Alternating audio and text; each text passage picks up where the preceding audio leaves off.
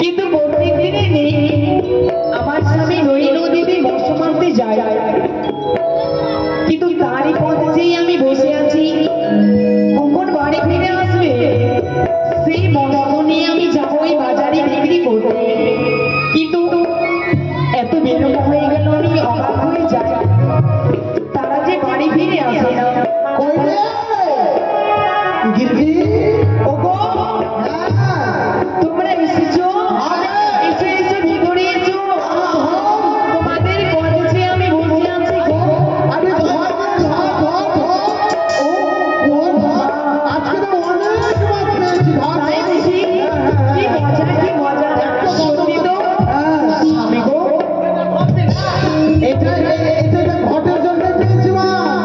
ও এই ঘটির জন্য আজ তোমরা নদীতে অনেক মৎস্য মেরেছো?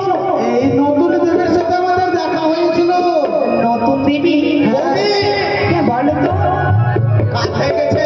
কাজ হয়েছে কি? নতুন দেবী নতুন দেবী তার পুজো করতে হবে, আমাদের ধন জনের অভাব থাকবে। নতুন দেবীর পুজো করতে হবে। বেশ, আর বিলম্ব না করে বলবে তুমি মাছ নিয়ে যাও বাজারে বিক্রি করে দুধ খই এবং কলা বাতাস আলু নিয়ে আসবে, আমরা সেই দিনের পুজো করবো। তাই হবে। তারা বিক্রি করে যাও যাবে গো।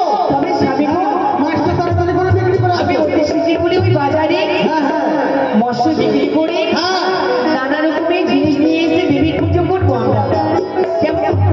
তবে আমি আসি। যাও তুমি যাও। বেশ, তাই হবে। চলে গেলাম, হ্যাঁ যাও। আসি।